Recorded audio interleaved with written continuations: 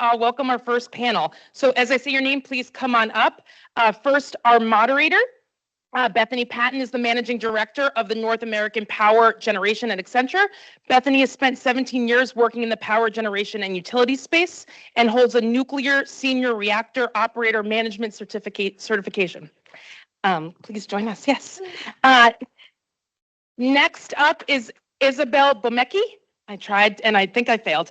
The founder of Save Clean Energy and the creator of the online persona Isodope. In 2022, Isabel was named a Time Magazine Next Generation Leader. Isabel recently delivered a TED Talk that has been viewed nearly 2 million times, explaining why nuclear energy is our best chance to replace fossil fuels. Yeah. Next, I'd like to welcome up Marcia Berkey. Marcia is the Chief Financial Officer of TerraPower. Marcia has 40 years of experience in finance, focusing primarily on the energy infrastructure industry. Marcia is a Columbia University alumni and has served as a member of the U.S. Department of Commerce's Civil Nuclear Trade Advisory Committee.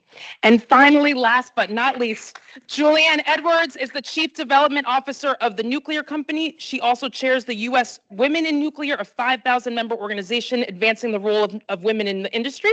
She has also served on the board of Bruce Power, Canada's only private sector nuclear generator and the world's largest operating nuclear facility. Ladies, enjoy. Does everyone have a mic? Does everyone have a mic?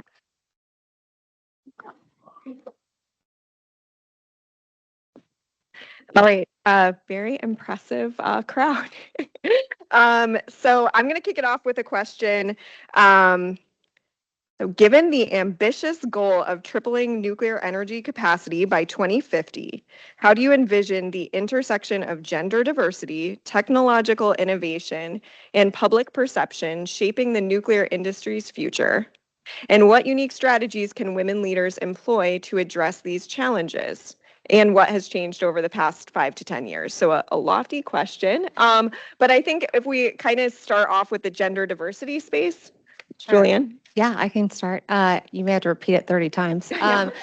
No, I would say thank you for having me, by the way, and for hosting this event. It's amazing to see so many students and young professionals that are wanting to go into the nuclear industry. That alone is very energizing, especially for us that are in the nuclear industry. But when it comes to gender diversity, I would tell you, one, we are on the precipice of what's called the Industrial 4.0, right? This industrial revolution, and we are at a massive labor shortage. There's a need to recruit, a need to retain, and women make up mostly 50% of the population. So naturally, you're going to have a seat at the table. It's just a matter of how do you get to that table. And I'll tell you, for me, gender diversity plays a role in terms of looking for just problem solvers. When I interview folks, I just hired actually 2 directors for partnerships. And the first thing I always ask is, what have you broken and what have you fixed? And you need to know those answers, whether it's personally or professionally, because we're in a huge disruption for the industry. And so there is going to be a lot of shit to fix, is what I will tell you.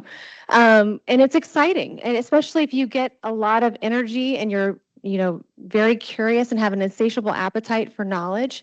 Like, nuclear to me could not be more exciting than it is today. And I'm just so thankful that I decided 18 years ago to go into this industry, and I still get to be a part of it. It's a love affair that will never end. So that's what I would say. I don't have no idea if I answered your question. Yes, spot on. No, that was great. So I think we'll hand off to Marcia if you want to talk about from a technology perspective, kind of how you've seen things shift over the past 5 to 10 years in this space. Hopefully you can all hear me, and thank you for the invite. It's always a pleasure to be in a Columbia and a nuclear crowd combined. So I can't take a lot of credit for the good representation that TerraPower has. We're a nuclear technology developer with women. I support it, but it's really led by our terrific recruiters in HR, and they've worked really hard to build the population of females in our company, and part of it is to make sure that they understand that nuclear shouldn't be discounted if you're not a nuclear engineer. There are so many roles, including nuclear engineers, that can be filled, and the the growth in the past few years, Bethany asked about, today there are probably more than 70 folks like us that are innovating in next generation nuclear. And so you have the nuclear developers, you have the supply chain, you have the government affairs support, communications support, folks like Accenture supporting what we're doing, and other of their peers. Inside TerraPower, we need project managers, we need HR professionals, we need accountants, lawyers, and sometimes those are harder for us to fill, because if you're a nuclear engineer that wants to help bring the next generation of nuclear forward, we're a natural place to be. But we're not a natural place to be if you're a lawyer or an accountant or an HR professional. We're in Seattle, they could easily be at REI or Microsoft or anywhere else in that ecosystem. So we have to work just a little bit harder to convince them to join a nuclear developer. So there are a lot of jobs coming, a very big ecosystem, and as Julian said, there is a lot that I would say already is broken. Vogtle is the only plant that has been stood up in the United States in the last 40 plus years. And the whole supply chain has really atrophied a lot. And we're seeing that really everywhere we turn, from the fuel side, because a lot of the fuel now comes from Russia and Russia-aligned states, in addition to Canada, to mining, to components and systems and equipment, but also to project managers and estimators. So there are a lot in the talent pool that needs to be filled and needs to be generated to support all this work. If we're going to electrify everything, we do need trillions of dollars of investment, all of which will drive jobs. And I'm happy to share more about other aspects as we talk. Thanks, Marcia. So Isabel, that same question again, I'll just repeat the last part. What has changed over the past 5 to 10 years and related to public perception of nuclear power? Well, first of all, thanks for having me. It's so incredible to be here because I go to a lot of these nuclear events and it's usually men. So it's very nice to see lots of women in the crowds. This is awesome and excited for the future. And in regards to your question, well, I want to start by the gender question, which is extremely fascinating that everywhere in the world, if you ask the same question, do you support nuclear energy? The majority of women don't support it, and the majority of men do support it. So there's a huge gender gap in the perception of nuclear power.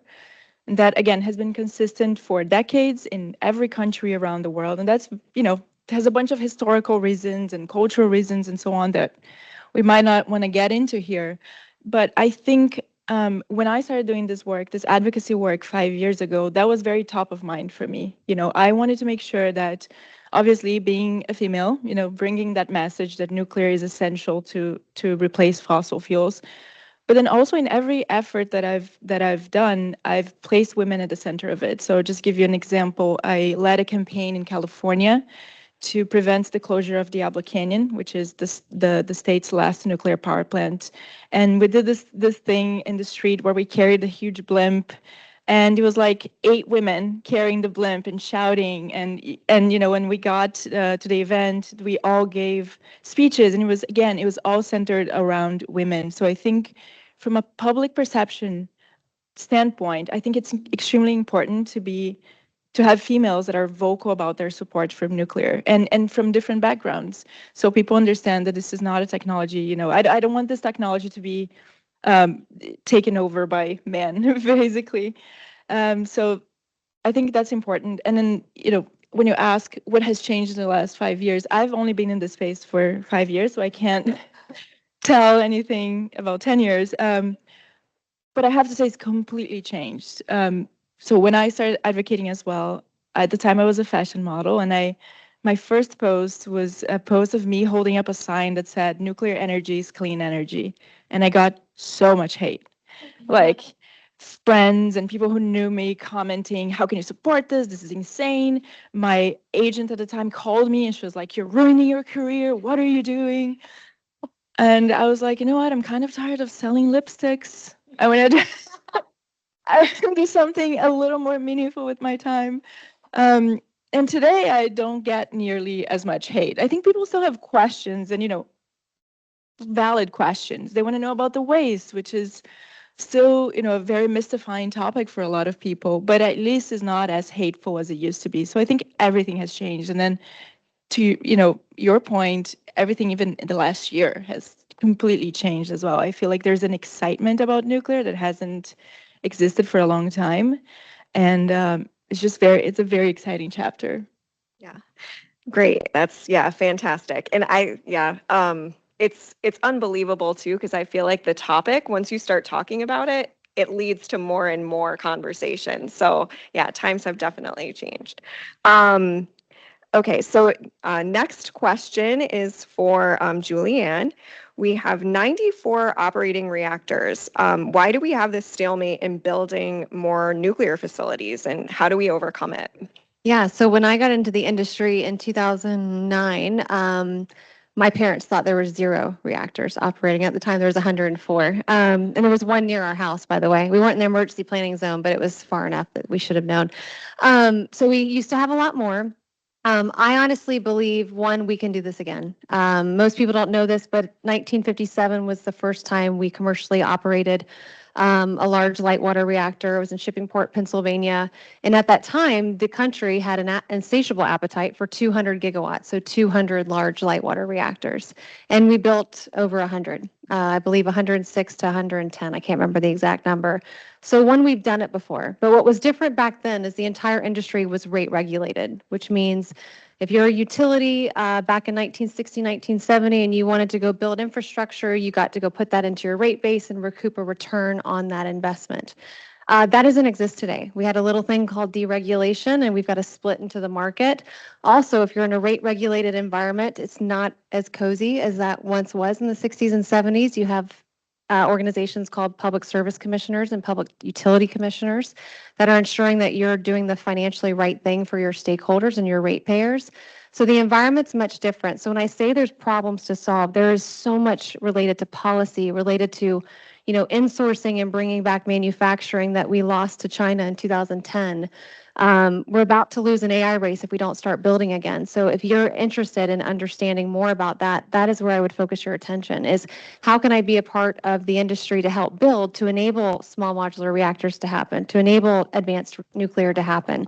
Because if we don't bring back the supply chain Marcia talked about, then we're going to constantly be finding ourselves in this geopolitical race, and we're going to be behind because China right now is building 20, 30 gigawatts of new nuclear, and they are going to surpass our operating fleet by 2030. It's not a matter of if, it's a matter of when, and it's in 5 years. And so I believe we can do it again. I believe we have to rally as a country. I believe we have to recruit and do more talks like this because people can't aspire to be what they cannot see. So becoming an expert, understanding one facet of nuclear, and challenging your family at dinner, which I love doing, by the way. I've recruited 2 out of my 3 brothers.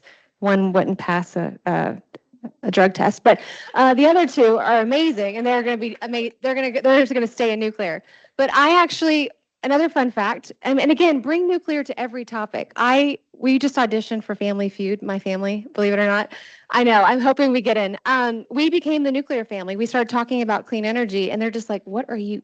This is not the normal topics that we bring up on our show. And I'm like, I don't really watch your show, but I think you should talk about this topic. And it just was so much fun. It ended up being a 3-hour interview. So wherever you are, just start talking about nuclear and start killing all of the misinformation that's out there. Fantastic. That's great. Marcia, small modular reactors, SMRs, are often presented as the future of nuclear energy. What are the biggest challenges to rapid deployment? Lots of challenges, but I would focus on one maybe, and that is that, maybe I should back up a little bit. I think everybody in this audience understands why nuclear should play a role in carbon transition. It's carbon free, it's scalable, it's affordable, safe.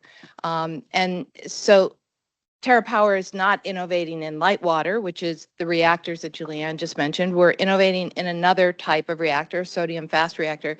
So why are we doing this? We're doing it because we believe that in order to accomplish that scaling, we need to think about nuclear differently than we have in the recent past.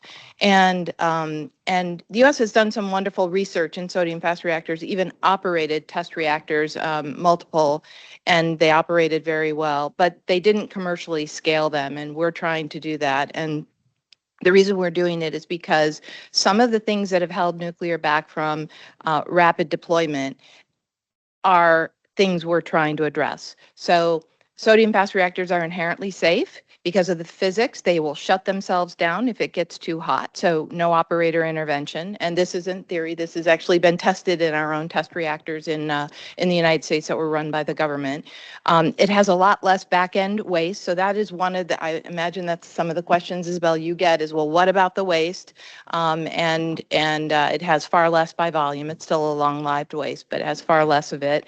And it has very high efficiencies. Nuclear already operates at very high capacity levels, but because it's a metal fuel and a metal coolant, it has very high conductivity and is very efficient. So there are reasons why we're innovating in another type of reactor. So back to Bethany's question, the challenges really are to move from first challenge is to move from the laboratory to the field. We broke ground last year, but now moving from the deployment first of a kind, so people have a commercial asset they can kick the tires, to nth of a kind will require some very careful business modeling and planning. And an example of that is that we won a large government award, a $4 billion public-private partnership with the DOE. Interesting fact, it was born under Trump, first administration, but authorized and appropriated under Biden. So we think it has nice bipartisan support and hope to continue to enjoy that because it's a long asset life. We won't be turning the plant on until 2030. But when we won that award and Pacific Corp and Berkshire Hathaway Energy Utility decided to be our partner for this coal conversion project, we told them that this is going to be a really expensive asset, first of a kind of anything. If it's a new airplane, a new drug, a new nuclear power plant, it's really expensive, and you need to deploy many to bring that cost curve down. And we told them that we will take on the first of a kind costs. You'll take on fair value costs. And that business model was a big differentiator. Others in our field tried to put a lot of those first of a kind costs on ratepayers, and it eventually failed. I think it was predictable that it would fail, but it took some time for ratepayers to say, we can't take first of a kind costs. So how you share that risk from first of a kind high price to nth of a kind fair value or market-based price is a big challenge in the industry. And we're working on that one plant at a time. We think it'll take 6 to 8 plants before we're at a market-based value, but the DOE liftoff report thinks that that's about 120 megawatts per hour, moving down to about 60 megawatts per hour, because there are a lot of things you won't repeat. We won't ever redesign it. We won't ever relicense it in this form. So those costs don't happen, and then the scaling costs will help you move to nth of a kind, much lower cost. And that's very affordable and competitive with current energy costs. Thank you. That's great. Yeah, excellent. Yeah, excellent answer. I think the repeatability, I mean, there's just so many things to be said about the SMR technology and the groundbreaking models that have come up. All right, so changing gears a little bit, Isabel, how has the perspective around new nuclear builds changed as a result of AI, both in relation to data centers and in the usage of AI in operating commercial reactors? I think that was a huge part. And I just want to ask a question here. How many of you use AI on a regular basis, like ChatGPT? Yes. And this is a technology that is extremely new. It's a couple of years maybe. And all of us here, I use it all the time. It's my friend. It's my best friend. It's my therapist. It's my coach. I'm like, I have all of them. I ask them different questions. And, you know, imagine in 5-10 years how much more this technology is going to be pervasive. So there's no question that we have entered the AI age. Now, might be a little scary. You don't know what's going to happen, but we are there. And the fact is, all these technology companies are building, you know, these massive data centers that will be able to power this, you know, ever hungrier AI models. And you know, there is a little bit of chit chat. We don't know. Maybe these models will become more efficient as time goes by. You know, they won't need as much energy in order to train, as much data. But in reality, we will need to use more energy than we use right now. And I also like to talk about AI in the sense that it's just one of many technologies that use energy that we come up with. I mean, 10 years ago it was cryptocurrencies. And, I have my feelings about cryptocurrencies, but as a matter of fact, people use it. And so what is the next technology that is going to use more energy? So I've always been of the mentality that we just have to prepare for a future where we use a lot of energy. And I think the reason why a lot of the companies that are building AI data centers are excited about nuclear is because it provides something very unique. First of all, it provides clean energy, which a lot of these companies also have, their climate goals that they want to reach. But when you look at all the clean energy options, nuclear is just the most reliable. There is no question about it. It's also the most land efficient one. So you can arguably build, an AI data center that's co-located with a nuclear power plant. You don't need miles of solar panels plus a bunch of battery to back it up, and then also some diesel generators because in case the sun is not out for weeks at a time, you're not going to have energy. So that's the reason why a lot of these companies are super excited about nuclear. And I think it's the perfect synergy because nuclear also needs heavy financial support right now from companies that can pay for the things that you're talking about. So the ratepayers are not having to pay for first of a kind. So I think it's a very interesting partnership, and I'm excited that it happened right now because I think it will be mutually beneficial. Great. Yeah. And I think, that perspective too about it being, such a dense energy source and the fact that it provides that 24/7 power supply, it's really not paralleled. I mean, I would think most of you in this room would understand, the achievements of the technology, but I think it's also available for the new technology and can benefit from the new technology. So it's a really interesting time for nuclear.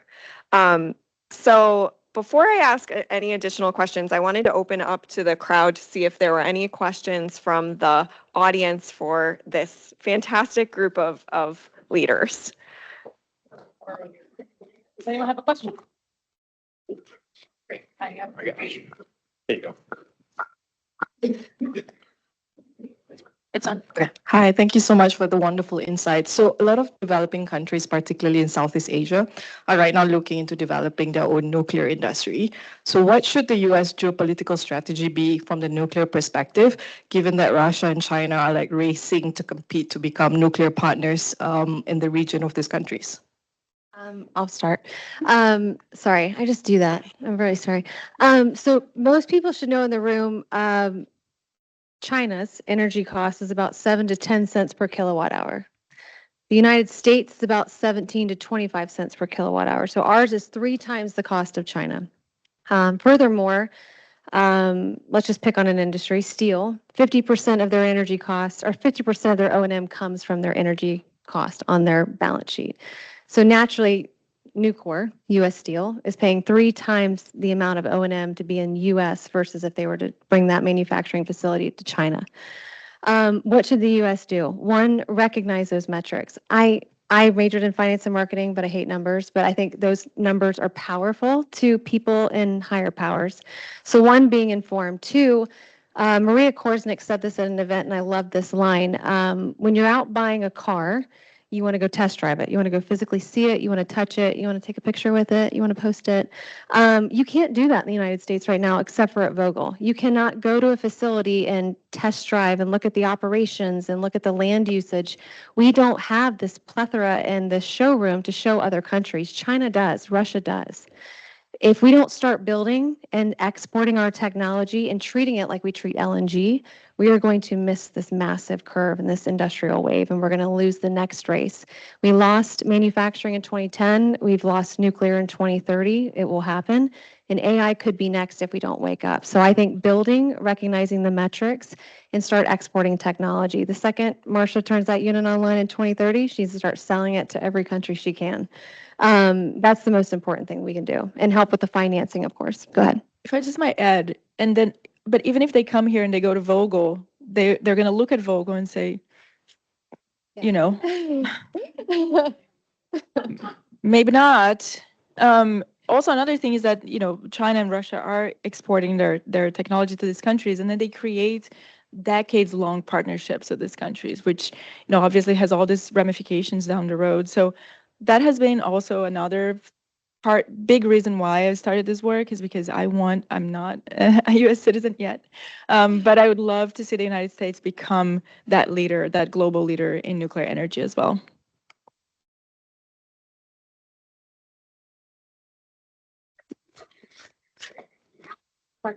Thank you. How do you perceive the risk of needing to create our own domestic enrichment capabilities? Because right now we rely on a lot of imports from Russia for our enriched uranium. And as far as I'm aware, all the SMR technologies that are being developed require, pretty high, HALEU, like the 10 to 25% enriched uranium. So how do we go about building up our own supply chains for that? Guess that's mine.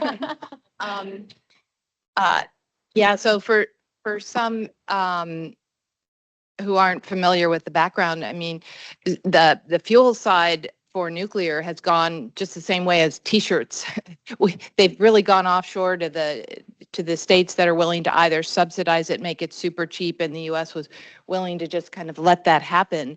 And a little bit like we saw in COVID, where we couldn't even make our own masks. One day we wake up and realize, my gosh, all the enrichment, not just for the advanced reactors, but the current fleet comes from Russia and Kazakhstan and states that aren't very friendly toward us. And so there's been an effort to try to reinvigorate enrichment and mining in the U.S. The DOE appropriated billions of dollars to support this, and it is a strategic national interest. So I think it is good that it gets seeded and energized through public-private partnerships.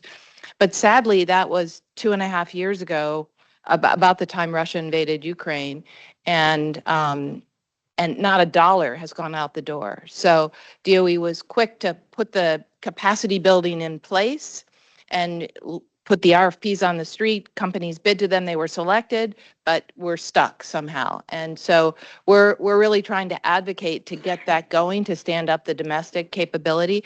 We know how to do it. This is not new technology. Whether or not you enrich for the Dominion plants that Bethany once ran, or you enrich for TerraPower that has HALEU, it's just more centrifuges. And there's a potential eventually to laser enrich, which is a lot cheaper and a lot faster. So TerraPower, to make sure, since this is existential for our plant, is working with the South Africans. And we learn through an executive order that might not be the best path, but that's who we're working with, because they're one of the only ones other than Russia 10X that can produce it commercially. So we're working all fronts on this because it's important. So we have plans A, B, and C on the HALEU needs, but I think it will come. It will take some time and some investment. And as a former operator, I just need to chime in on this because it does also relate, I think, a little bit to nuclear fuel. There's also spent fuel, and I think that's on the top of everyone's minds. And so, I had to, I'm looking at sitting in the control room, and you can see the parameters of your spent fuel facility. I do need to say this, that all of the spent fuel for all of the operating reactors is in such a form that it can be utilized in the future if the technology is available for reprocessing. So when you're on site at these facilities, the spent fuel pool is it's not even an Olympic-sized swimming pool, and the rest of it is in usually independent spent fuel storage installations. And it is in such a form that when we get that technology availability to reprocess, we'll take that opportunity and run with it. So I think it's all within our hands. And I think all of us would agree that it's almost our civic duty, even if we're not U.S. citizens yet, but we all feel compelled to make things better and continue to get more of that independence moving forward. Hey, my name's Seth Sugarman. Thanks so much for taking our questions and speaking today. So on the policy side, we've seen things across the energy sector like the Inflation Reduction Act with major tax incentives for renewables. Obviously, you can't have the same kind of mechanisms for in that format for nuclear. But without getting into the licensing side of things and the hurdles there. Do you see what do you see as the major policy goals and any kind of incentives that we can get to sending more market signals for nuclear? Because I think from what I've heard, just the lack of market signal for nuclear and it's debatable, but like to the extent that the IRA like over incentivized renewables in comparison to nuclear. So just wanted to get that policy conversation going and get your thoughts. I'll start on that. So IRA does have, for the first time ever, a nuclear potential to compete with production tax credits and investment tax credits on par with solar and wind, which it never had before. So first time ever offered to nuclear. So really happy to see that. And I think it helps a lot to motivate those utilities to adopt nuclear, and they're looking at next generation nuclear. Under this current administration, I think baseload is going to be favored over intermittent sources. And that's probably right. They're proven, they're market competitive. They probably don't need the same support as nuclear, but in lieu of time, I'll stop there. Okay, I just say one thing. I would say you guys all live in New York. I'm assuming you didn't fly here. Talk to your elected and appointed officials. I think we're going to see a little bit of a shift where power is going to be brought back to the states. I spent a short period of time on carbon capture and sequestration, and I understood the role of giving primacy to a state from like a large federal organization like the EPA. And I think the states are going to determine, hey, this is the type of tax credits I want to provide or the type of budgets for development costs that I want to help put at risk, because I know the economic stimulus that comes from it is going to bring such prosperous, like just energy to my state and industry and commercial and lower cost of power. So I would get really informed of what's your energy mix in New York. Understand that you guys have great operating plants upstate. Sadly, Indian Point shut down. I won't get into that topic. But I will tell you, I think we need to bring more power to the states and start prioritizing the needs in our backyards and go from NIMBYism to, what is it, YIMBYism? No, it's NIMBY, nuclear in my backyard. Oh my God, I love it. You didn't tell me that. But also just try to, I think my focus right now at least is try to keep as much of the incentives for nuclear at a federal level, because right now everything is that, can be jeopardized. The IRA, ITC, and some other incentives, we don't know what's going to happen. They can go away next week. So just trying to maintain those. So I think we can take one more question and then we'll do final thoughts from. I heard you're writing a book. Yes, I'm writing a book called Rad Future. It's funny because with my accent, I had the hardest time pronouncing rad. I would say red, and people were like, red? Like, that's such a weird name. Yes, it is Rad Future, and it's kind of a journey through the history of how people have felt about nuclear energy from the beginning. I was fascinating by this, this dissonance between the reality of the technology and how public perception has shifted throughout the decades. So it was cool to go the journey back in time, and it's such a fascinating history with lots of celebrity, well-meaning but wrong campaigns, and just explaining how it works in very, very simple terms and making it fun for everybody to understand what the landscape is and how we can have a rad future with it. Thanks for the question. Great. So just want to give one final thought. We'll just go through. So Isabel, anything else you want to leave the crowd with? Well, I just would like for everybody in this room who obviously, seems like at least are excited to learn more about nuclear to know that there is a place for you in the industry in whatever capacity. And it's such an exciting time. And this is something I tell people in the nuclear industry in general, which is this might be the last opportunity to make this technology take off. I think there was a nuclear renaissance in the like 2010s, and it failed. Right now, there's a lot more excitement behind it, but I'm afraid that if we don't take this window, it's not going to happen. And the result isn't that we're going to power the entire world with solar and unicorns. It's that we're going to stick to fossil fuels for a while longer. So, if you're excited about climate, if you're excited about making a difference, I think this is a great opportunity for everybody here. Thank you. Marcia? Picking up on Isabel, your shaking head when people said, will anyone want to repeat Vogtle? And it's absolutely true. The answer is no. And in your last 5 years, an entirely new nuclear civil operator has been stood up in the United Arab Emirates, right in the middle of the Arabian Gulf. And it is the example that people do want to replicate. It unfortunately wasn't US technology, but it came in ahead of schedule, under budget, very, very safe. And I'll just end with saying, and they have female nuclear operators in United Arab Emirates, first time ever civil nuclear state. Yeah, I'll keep it short. If you want to wake up every morning, get out of bed and feel like this day, I don't want it to end. Like I really want to just do more. There's just one more email or one more phone call or one more problem I can solve. Like that is the high we all have, because it is such it's a domestic issue and topic. It's geopolitical. It's national security. It's clean. Like I can name 30 million things of nuclear, and it really is just a mission-driven journey you're going to have if you choose to make this a part of your professional career. So we hope you all join. Thank you so much.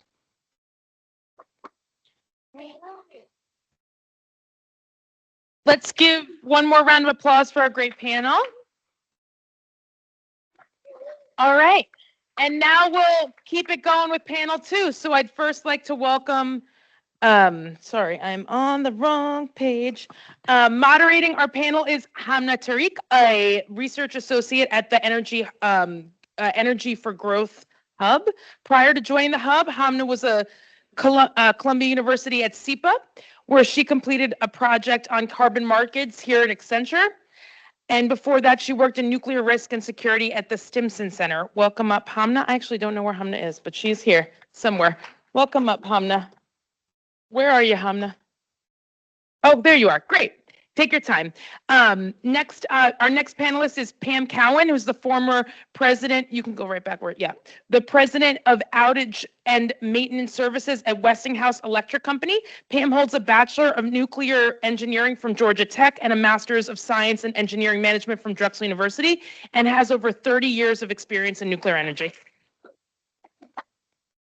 Next up is Maya Lamici, who is a senior policy associate at Boundary Stone Partners, specializing in advanced nuclear policy. Maya is also a Columbia University alumni. Welcome, Maya. And last but not least, Dr. Brooke Morrison, who is the founder and CEO of Solstice, which I forgot to ask how to pronounce it. Did I pronounce it right? Solstice, which makes sense. A management consulting company specializing in complex energy projects, transaction support, and risk management. I hand it off to you, Hamna. Yeah. Okay. All right. Thank you, Jessica. Good evening, everyone. It's such a pleasure here to be moderating this panel on careers and opportunities in nuclear. We have an incredible line of panelists here with a wealth of expertise and knowledge, so really excited to dig in. The first question is for everyone on the panel. How did you develop an interest and eventually a career in nuclear? We can start off with you, Pam. Okay. If you're ready. Okay, no, I am ready. So I developed an interest in nuclear because my father was involved in nuclear. He actually was an attorney who got involved in nuclear licensing for Westinghouse in Pittsburgh with a private law firm. And he spent his entire career pretty much doing nuclear regulatory work, nuclear litigation, and other things. So that's why I ended up getting into nuclear. Just, I want to give you a fun fact, though. So as that, he actually spoke here. When I was asked to speak here, my dad actually, and I brought his speech, but he actually spoke in November of 2010 for the Columbia Law School Center for Climate Change on nuclear energy and climate change. And he spoke with Peter Bradford, who is an old NRC commissioner, as well as with Susan Eisenhower, who is a big advocate for climate. But it was very interesting. And at that time, you know, in his speech, I found it interesting. I went back and looked at it. And what Julianne said, we had 104 reactors in this country. And now we have 94. And so, we are losing ground in the United States. And it was very, thought-provoking as I read some of the quotes from then. Unless we embrace something like nuclear, it's going to be very hard to see how we get to a place where we have 24/7 reliable, affordable power that doesn't harm the environment. And so it was just interesting. And that was from November of 2010, and here we are. So to the gentleman who asked the policy question, I think it's important. Policy matters. And I do think as the United States, I'm encouraged to see so many people here, but I do think we need to do better. So thank you. That's incredible. Maya. Is it turned on? Yeah. I think for me, like a lot of people in my generation, I was really concerned about climate change quite early on in my academic and professional journey. And at the time, I was still in college. I was trying to figure out what I wanted to do, was doing a bunch of classes on climate change law, energy transition.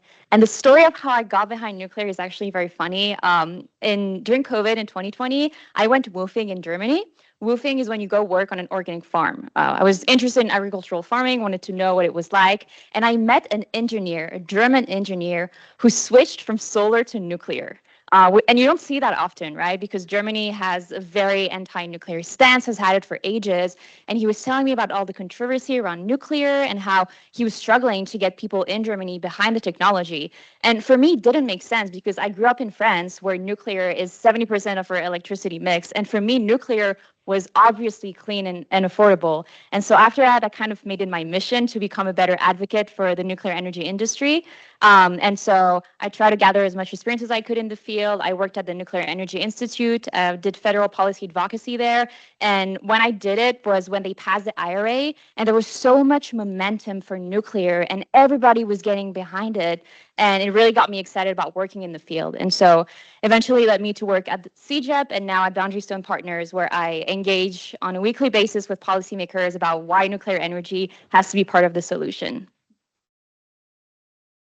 All right, amazing. Brooke.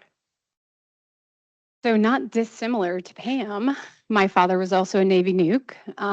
Unlike Pam, my parents allowed me to commit social suicide at 7th grade. I was in a theater class and they said, dress up as your favorite character. And I just assumed everyone knew who Hyman Rickover was. So I wore my father's Navy uniform into class and I stood there and gave a speech that he gave in 1960. And the silence for 30 seconds and then followed by the crickets. I was like, I am now attached for the rest of my life. I have to be Hyman Rickover. So here I am in nuclear power. Thank you for the sympathy. I don't think my parents realized the trauma. All jokes aside, I wanted to go to the Naval Academy like my father. I wanted to be in a submarine. I wanted to do everything that he had been doing. And when I was applying for the Naval Academy, my father took me aside and he said, I just need you to know it's not going to be the same experience for women that it is for men. And that had been my plan. So it was so deep. My entire bedroom was covered with pictures and everything and at the time, I mean, he was right. I probably look a lot younger than I am, but that was over 25 years ago at this point. So that was the beginning. Actually, can I do one more story? So just since we're talking about that, so I went to Georgia Tech as an undecided engineer, and I wasn't certain I was going into nuclear. And then my father, who was in nuclear, he said, well, why don't you just declare nuclear as your major? It's a good industry. These plants will be operating for a while. And it was in 1986 when I declared nuclear engineering as my major. And for those of you that remember, that was the year Chernobyl happened. And I thought, did I make a mistake? Like, I can't believe this. Should I go to a different civil engineering or something else? And instead, I stuck with nuclear because he said, it's an important source of energy. We had this, we'll learn from this. But in this country, we need nuclear. So it was just interesting that, nuclear has been up and down, popular, not popular, had a lot of challenges, and yet it has stood the test. But we're at a critical time right now with a lot of the plants shutting down before. So. No, absolutely. It's so interesting to hear how each of you found your way to nuclear from family to farming in Germany. Just a very cool story. Starting off with you, Pam, you've had over 30 years of experience across several key areas in the nuclear sector. But as we all know, nuclear has traditionally been a male-dominated field. Looking back at your journey, what were some of the biggest challenges you faced as a woman in leadership? And what strategies helped you navigate and overcome those challenges? And I'd actually like to open this question up to the panel if either of you also have thoughts. Okay, thank you. So I thought long and hard about how I was going to talk to some of these questions and some of this topic, and I actually brought some notes so that I make sure I mention what I want to mention when I'm here.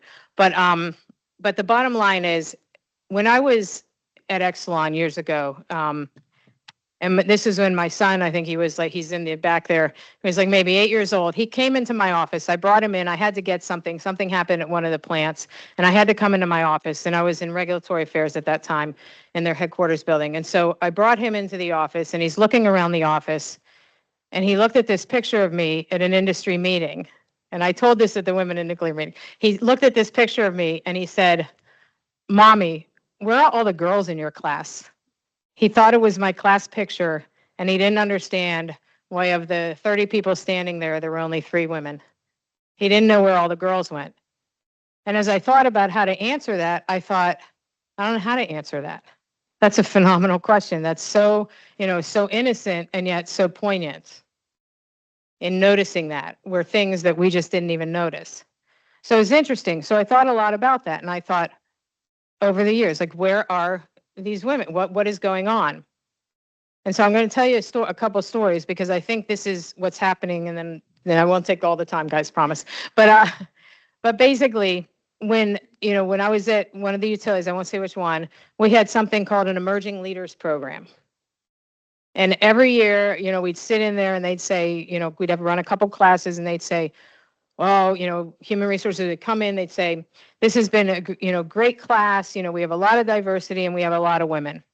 And finally, as I was getting ready to leave that utility, and this was probably 13 years later, I said, they came in, and I was sitting in the diversity council meeting, and they brought that up. And I said, I just have one question. I said, I've sat here for years. I said, but if we have such good diversity in our Emerging Leaders Program, and we're developing and we're training, where'd they all emerge?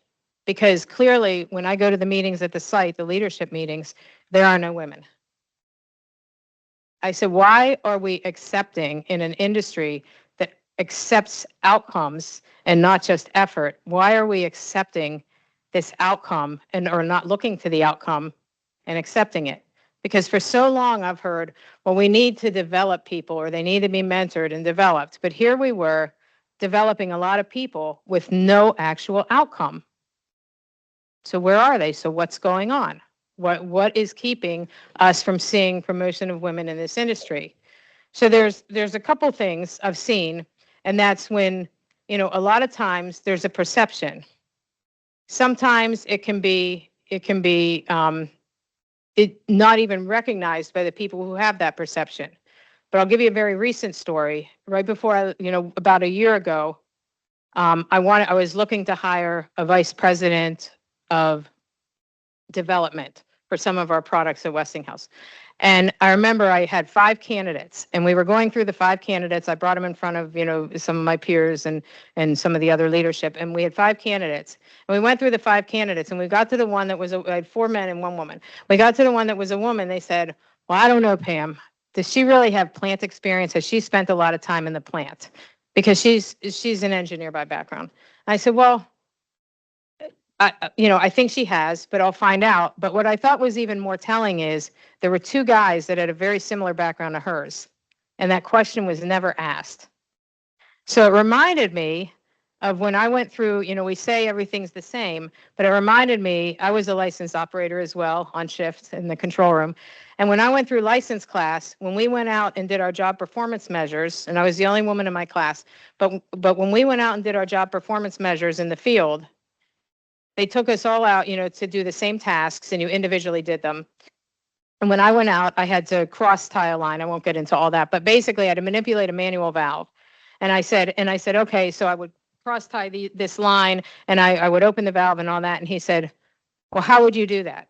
And I said, well, it's a manual valve. This is an individual who's testing me from the NRC. I said, it's a manual valve. I would turn it. It's just manual. There's no air operator or motor operator. And he said, well, how would you do that? And I thought this was a trick. I thought, what is going on? And he said, how would you turn it? And I said, righty-tighty, lefty-loosey. Now, I had been in this class for like 16 months. But the fact that he asked me that, I thought that's so bizarre. And he didn't give me the benefit of the doubt.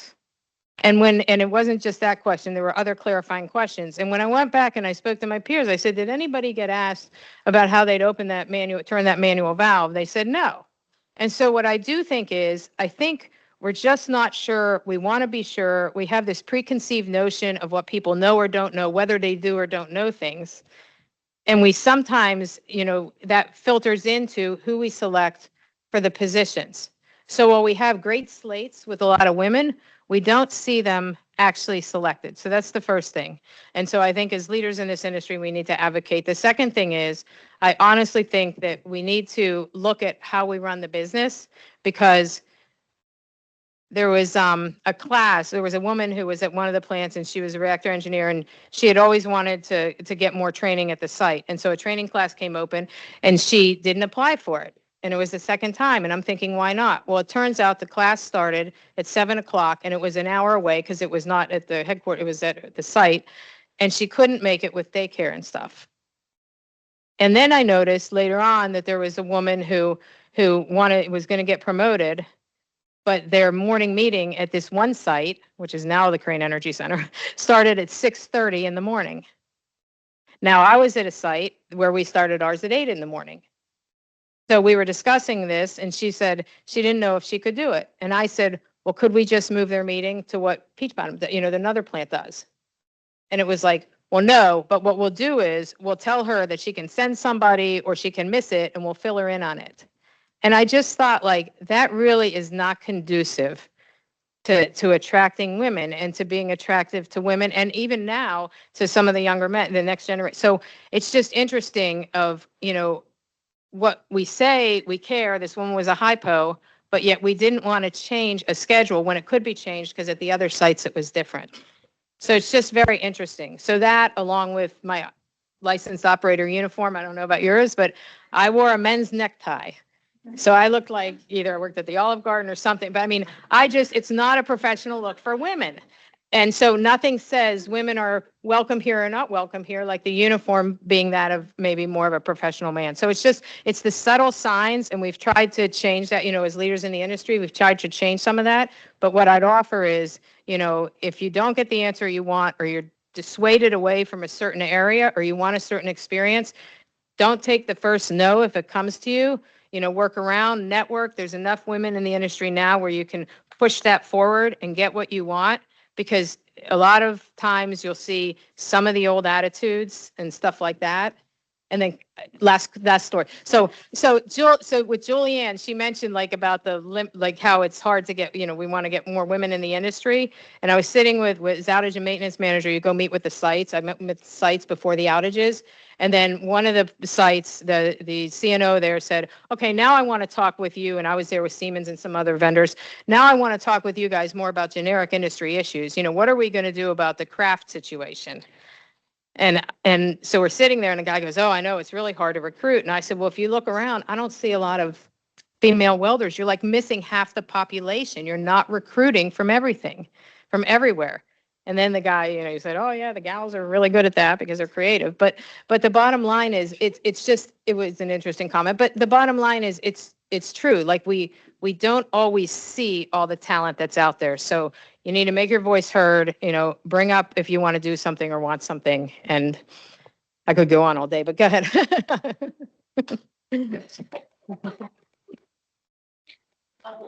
Go ahead. Okay. What was the question? Being a woman in a male-dominated field. I can say, so I started my career in nuclear. I got a PhD, got recruited by the NRC because they had some funny cracking at a nuclear reactor up in New Hampshire. It's called Seabrook. And they were like, we need someone with an environmental background. So got recruited. It was a great gig. Something called alkali silica reaction. And everyone was like, ooh, it doesn't seem like a big deal. Anyway, they were like, we think you need to go through our reactor inspection program. And I was like, cool, I'm in.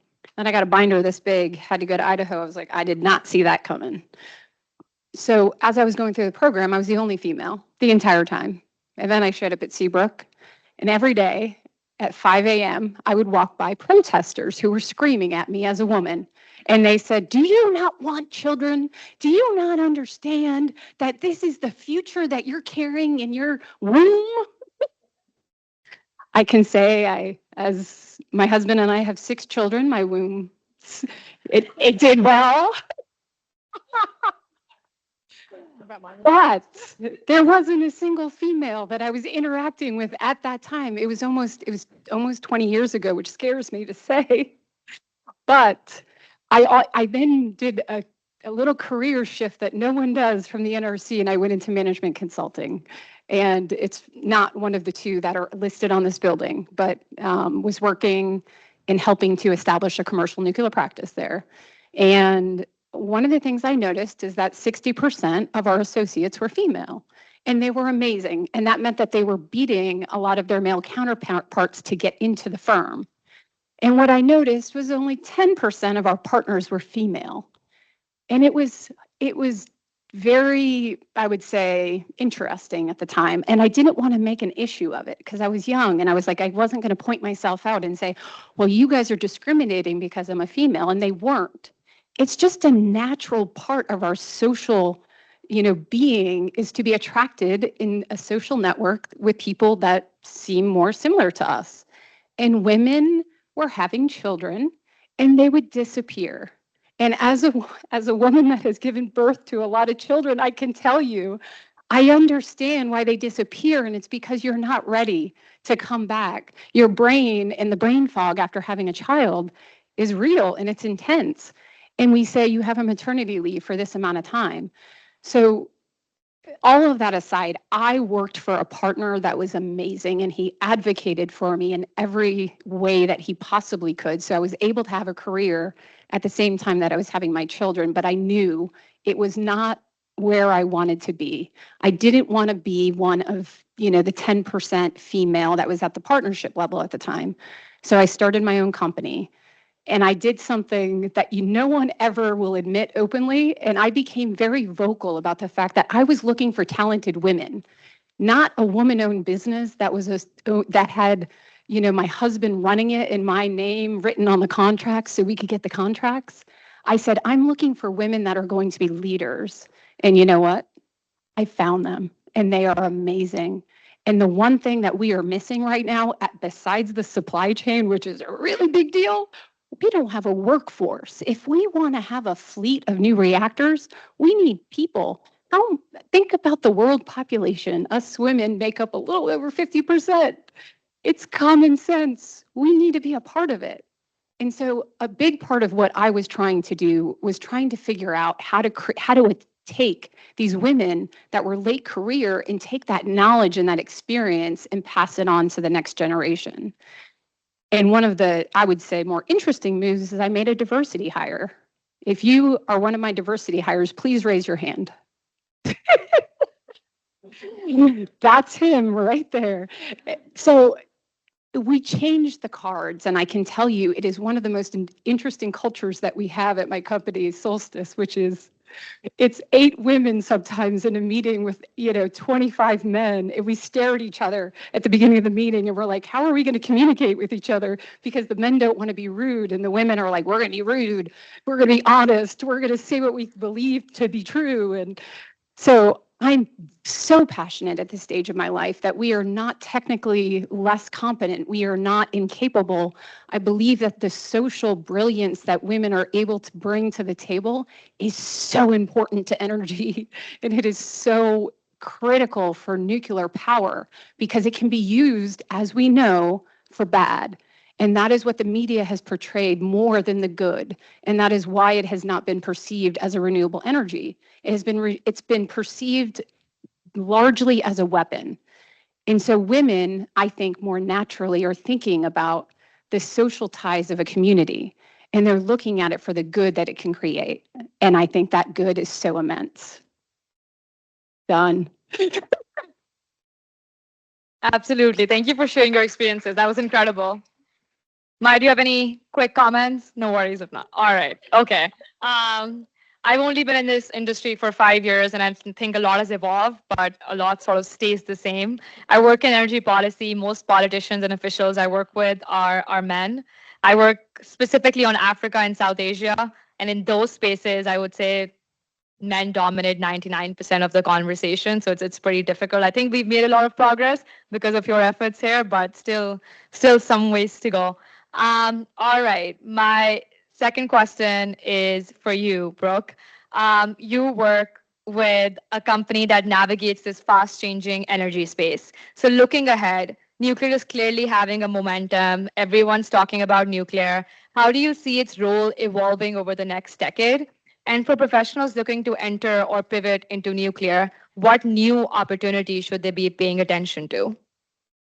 I think Marcia actually works for a company it took me off guard more than any other experience I have had, which wasn't that long ago. The first time I went to their site in their office, I walked in and there were all these young females, and I was like, wow. And none of them came from nuclear power or had any nuclear experience. They had accounting backgrounds, they had business backgrounds, they had government and policy backgrounds. And that environment, when you walk in, I thought, wow, this is the future of nuclear. Now, I truly believe that we have finally, because of, I would say, the democracy of the media through social media, Isabella is part of it, which is we have access to information in so many new ways, and it's not mainstream media anymore. So people are learning about nuclear and what it really is and what it means to extract natural resources and how nuclear balances out against what it takes to take natural resources and build wind or solar panels and what all the externalities are. Nuclear's had to pay for those externalities in ways that wind and solar have not. And I think our understanding of sustainability is changing rapidly right now. I believe nuclear is absolutely 100% over the next 10 years going to explode. Not really, literally. But I believe that it is going to happen. I don't think it's another renaissance where we sat. It was the last nuclear renaissance. People are even afraid to say the word, like it's a taboo. We were kind of dipping our toe in it. But the reality is the United States of America has the highest operating plants in the world, and it takes us 10 times longer than any other country to license a reactor. Why are we not getting credit for our high performance of our operating fleet? That is a really big problem. But you know what? It's a really easy problem to solve. For anybody from the NRC that's watching, this is my job. I like to be vocal. You didn't do a good job today on talking about the Advance Act. I think we need very, very, very tangible and very discrete steps into how we are going to change that problem. We need to be able to license and get the NRC to review things that is appropriate for the level that we operate reactors at. And we are good at it. We know how to build them, we know how to operate them, and we understand where all of the risks are, probably better than anybody else. And we manage them. So give us that credit. That's what I ask for. Thank you, NRC. All right, thank you for your candid thoughts about the NRC. Jessica just told me we only have a few minutes left. So Maya, quick question for you. You work at the intersection of energy policy and advocacy. For students or early career professionals who are passionate about nuclear but may not have direct experience, what's the best way to break into the field? Are there particular skills or experiences that they should gain, whether they're in school or currently doing something else? And what is the smartest way to sort of gain exposure to this field? So I'll start by saying this. Nuclear is very niche field, which can be both a blessing and a curse. So it's a blessing in the sense that once you step a foot into the nuclear world, you get to know people very, very, very fast. You always see the same friendly faces. It's always the same people working together, and everybody is super mission driven and passionate about the technology. And so it makes it a really exciting field to be in, and you can build your network very fast. However, because it's niche, it also occurs because it gets very technical very fast. I think if you have a nuclear engineering background, it's not an issue. But if you don't, which was my case, and I think it's the case for a lot of people working in nuclear energy policy, you really, really need to have that curiosity and to be building that knowledge very early on. I think for me, because I knew I wanted to get into nuclear, I started early on, reading about it, learning about it, writing research papers about it, going to events, conferences, talking to people. And I think if you don't do that, I'm not saying it's going to be impossible, but it's going to make your life very much harder. Like if you don't know what the NRC is, what advanced reactors are, I don't think that nuclear is going to be easy for you to get in. So yeah, I think the one advice I have for people who want to get into the field is really be curious, build that knowledge. If you're still in school, try to really focus all your projects on nuclear, and you'll have a good time being in the field. And I think, because people feel are so passionate about it, you want to be able to share that passion and excitement with them in order to be a good advocate and a good professional in the field. That's really good advice. Anyone else on the panel before we open it up for Q&A? All right, we are going to do the last question, and then we'll open up for Q&A. All right, fantastic. Okay, last question for everyone, lightning round. What single piece of advice would you give to someone looking to start a career in nuclear? We can start with them. Okay, well, that's a really no. My piece of advice would be get in the industry. And it doesn't matter where you start, doesn't matter where you go, get out, see some of the plants. If you have an opportunity to go see the operating plants, go see some of the, facilities that are building or constructing the components for the plants. It's honestly, I've had a great career in nuclear and I continue to get called. So it's a great field. And it is small and there's higher barriers to entry, but it's a really great field and extremely rewarding. So, right. For me, I would just say be curious and get excited about the field and the technology. Join organizations like Women in Nuclear, try to network, try to go to conferences, read about nuclear, and really try to, build that knowledge and build that excitement about it. I'm going to just say the obvious, which is speak what you believe to be true, which is not part of the culture of nuclear. When we know that we are doing something that is not appropriate and we are killing the industry, we accept it. It's not okay to speak out against the NRC, but the NRC, we are intertwined with in such an intimate way. I'm from the NRC, and they are some of my dearest friends that work there. We challenge each other, and you have to be open to that. And anybody that's in this room who is thinking about nuclear, but is thinking that there's not a space for them, send me an email. We'll find a spot for you, because we need so many people, and we need so many different qualities. So thank you. All right, thank you so much. Amazing. Just one final piece of advice from me. Sorry, Jessica. I would say also do your own research. I grew up in Pakistan. It's a country with nuclear weapons. And all my life, I thought nuclear was bad because we have nuclear weapons. It could escalate into a war. When I was in college in the United States, I joined this anti-nuclear club because we were just a bunch of people from formerly colonized places who love war. And then in grad school, that's when I started to learn a lot more about nuclear energy and how it does not equate to nuclear security. And that came to me pretty late, but I had to do that learning on my own. I was just sort of going with the flow and what I saw on certain news channels, but just do your own research and then just go from there. All right, opening it up to the floor. Any questions for our panelists? All right. Thank Go ahead. Pam? Yes. Thank you. Thank you for your first, yes, your first rant. Thank you so much. There's so many different paths that women have to take to get to their calling or their passion, and compassion is definitely needed, and thank you for sharing. Thank you. Okay. Any other questions? Can't see everyone from here. All right. Back there, we have a question. Hi, thank you guys so much. When looking at, I think there's a generational gap as well as those that are working in the nuclear space. And I was wondering if you'd speak a little bit on that, how the nuclear space is looking to address that, and kind of how you just get the word out a little bit more on the development and advancement of nuclear to the younger generation who are kind of focused on this climate change, but aren't focused on nuclear as we are here today. I would love to take that one. Absolutely. As a CEO of a company that owns 100% of the downside risk of my company, I can tell you that the number one thing that we do well is mentoring.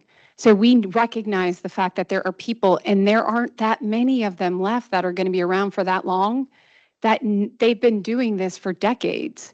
And leveraging that knowledge is so important, but it takes intentional planning to line up a mid-career person with a senior person that maybe only has a few or 5 years left until full retirement. I think the generational gap it's so significant socially that it's awkward for early career people to even think about trying to fit in. But find the right mentor. They are out there and they care. And I can tell you that, my company is just living evidence of it. They're people that could be making 10 times as much money as they're making at this moment at the level of seniority they have. And they are so dedicated to helping the younger generation figure out a place. So, Yeah, I'd like to say something on that because, so it's interesting because when I was in the plant out in Michigan, we worked there and we had, some younger folks come in to come work for us and they quit like 6 months after. We said, "Oh my gosh, what happened?" And it turns out they said, this is so boring. I can't deal with all the analog equipment. This doesn't seem like the future for me. So what's interesting is nuclear has changed a lot in the last, I'd say, probably since Greta Thunberg said, "Hey, climate change is great. We need nuclear." But in all seriousness, like it's changed a lot, and it's a lot more popular in a bipartisan way. But one of the things that hasn't changed is, we still have in this country the 94 plants. We've only built one new plant. So we have a lot of developers, and that's the exciting part. And we need to make sure that we, bring people in because we'll need them for the current workforce. And we need to explain that they can make the difference. They can change things to digital. It's been very difficult to get digital licensing into a lot of the operating fleet. And so you see things that look a little archaic. You see, some of the procedures and requirements aren't based on some of the newer probabilistic risk assessment and risk assessment. And it's been a lot to change that mindset. So folks I see maybe in my generation, maybe one younger, you'll see as that shifts, it'll be a huge opportunity for those that, can get in now on the ground floor of this next, phase, I'd call it, of nuclear, because we definitely need to build nuclear. We will build nuclear, but I think for the first time, we're starting to see and recognize in a bipartisan manner, which is so important in this country, for anyone who works in the country, because it changes back and forth, Republican, Democrat, that we need it to be bipartisan. And if you truly believe in climate change, you have to believe in nuclear because nothing else will be their 24/7 baseload for you right now that's clean energy. So it's but it really you lean in with your friends. But if you see the sites, you may say, "Oh gosh, this looks a little bit outdated and stuff." But in reality, things are changing. Things are getting renovated, redone, updated, and with the new reactor opportunities out there, it's just phenomenal. And what's interesting is we're lagging.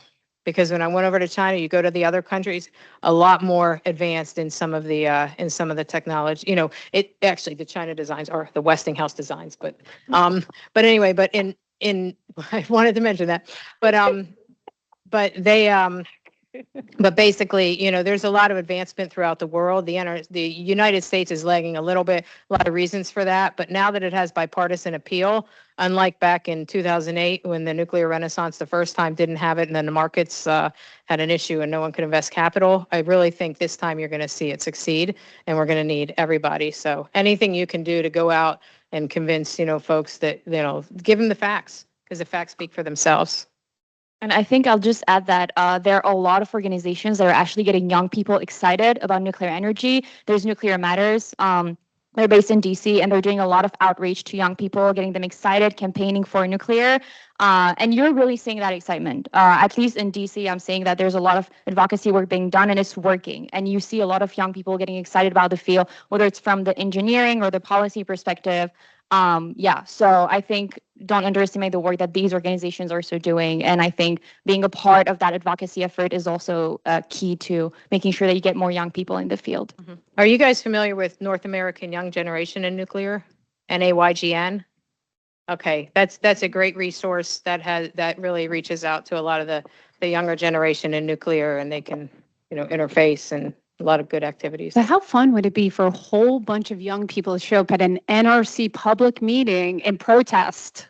I think it would be amazing. When is the next one? It's not one of my meetings. We just All have right. to. Thank you so much. Any other final questions?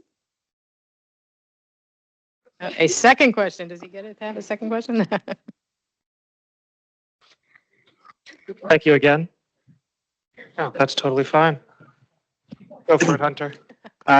Yes, thank you so much. Can you talk about, for people that don't have a engineering background, what are some of the kind of roles that people should be looking for across the nuclear industry when I want to think about what I might want to do next? All right, who wants to take that?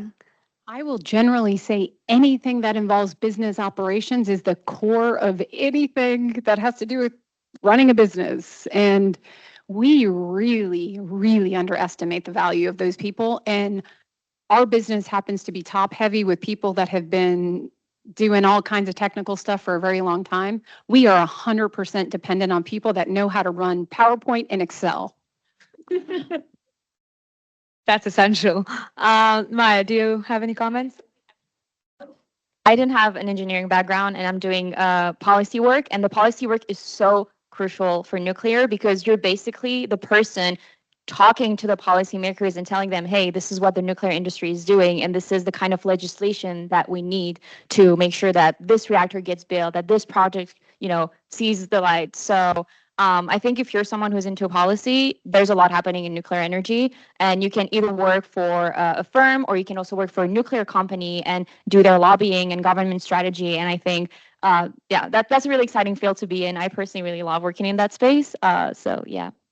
But you can do, there's a lot you can do without a college degree. We had an individual when I was at Peach Bottom, we had him come in. He was from Columbia, actually. He came in and he was an equipment operator. And I thought that's interesting, but he ended up, working his way up through the operations ranks, and then went over into the planning, the outage management, stuff like that. So I see a lot of crossover sometimes with some of the, it used to be not as much, and this gets back to another thing. We will develop a lot of men in different positions, but we don't look necessarily at HR or the admin staff or anything like that of how we're developing their careers too. But there is a lot of opportunity. I've seen people switch over, into different work management functions, financial functions, different things.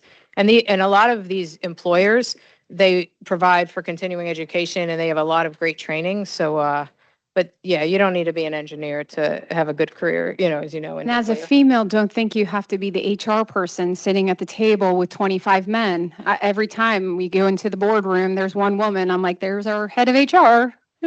Yeah, just piggybacking off of what Maya said, I know there are a bunch of SIPA students here, or SIPA grads who might have studied international development. So I work on international nuclear. So it's not technically energy policy within the United States. I'm encouraging other countries to change their policy about nuclear by encouraging the World Bank to lift their nuclear ban. So there is also an international aspect to this, which I would say is fairly new. It's a fairly new industry, but that's also a way that you can get into this field. All right. Thank you so much to our panelists. This was a fantastic panel. Really appreciate your time. We're right on time. Yes. So let's give a round of applause for all of our panelists tonight. And thank you.